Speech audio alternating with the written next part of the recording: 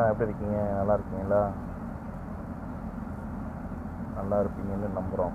நல்லா இருப்பீங்க. இன்னைக்கு வேலையை ஸ்டார்ட் பண்ணியாச்சு. பொழப்ப ஸ்டார்ட் பண்ணியாச்சு. இன்னைக்கு உள்ள பொழப்ப. ஆமாம், நீங்கள்லாம் இந்த மாதிரி பொழப்ப ஸ்டார்ட் பண்ணியிருக்கீங்க, வேலையை ஸ்டார்ட் பண்ணியிருக்கீங்க. ஆமாம், வேலை பார்க்குற இடத்துலையும் கவனமாக வேலை பாருங்கள், சேஃப்டியாக பாருங்கள். வேலை முடிஞ்சு வீட்டுக்கு போகணும், கவனமாக போங்க, கவனமாக சேஃப்டியாக இருங்க. என்ன ஒன்று, எதனால் இன்றைக்கி உள்ள இந்த பதிவுண்டா உங்களுக்கு சம்பளம் அதிகமாக வாங்குறவங்களுக்கு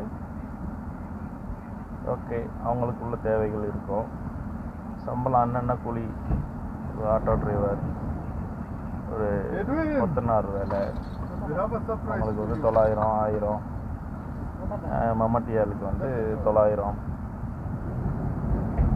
மேஸ்திரிக்கு 1000, 1100. இது கரெக்டாக கொண்டு போய் அவங்க வீட்டில் சேர்த்தாவா போதும்.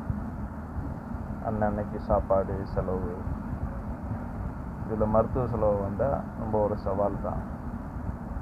ஆமாம், முடிஞ்ச அளவுக்கு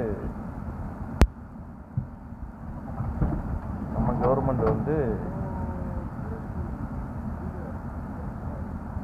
கவர்மெண்ட் ஆஸ்பத்திரியை நல்லா பலப்படுத்தணும். ப்ரைவேட் ஆஸ்பத்திரிக்கு பெரும்பாலும் அதை பெரும்பாலும் குறைக்கணும். ப்ரைவேட் ஹாஸ்பிட்டலாக இருந்தாலும் சரி, ப்ரைவேட்டு ஸ்கூலாக இருந்தாலும் சரி, அதை குறைக்கணும். ப்ரைவேட்டுங்கிறது தனியார் தானே, கவர்மெண்ட்டுங்கிறது தானே ஒரு மக்களாக நம்பக்கூடிய ஒரு இது. அதனால்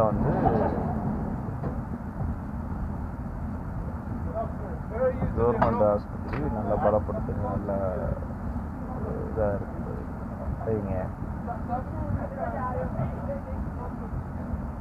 அதே மாதிரி college, medical college, engineering college எல்லாம் ப்ரைவேட்டில் இல்லாமல் எல்லாம் கவர்மெண்ட் பண்ணணும்.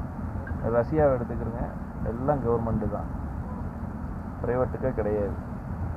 ஆமாம், எல்லாம் கவர்மெண்ட்டு தான் பண்ணுது. ரஷ்யாவிலனா எல்லாம் படிக்கிறாங்க. இருக்கப்பட்டவங்களில் இருந்து இல்லாதவங்களில் இருந்து ஒரு ஆட்டோ